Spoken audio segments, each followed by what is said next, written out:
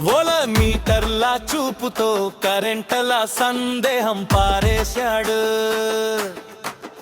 ఓహం దాటే వేగంతో అడ్డుదిడ్డులన్నీ చీల్చేశాడు. గ్రావిటీలా దగ్గరకు లాగి పడిపోనీయకుండా చేతి పట్టాడు. ఇనర్షియా గోడల్ని పగలగొట్టి యాక్షన్ రియాక్షన్ లా జ్వాల రేపాడు. ఫిజిక్స్ ల్యాబ్ తలుపు తీయగానే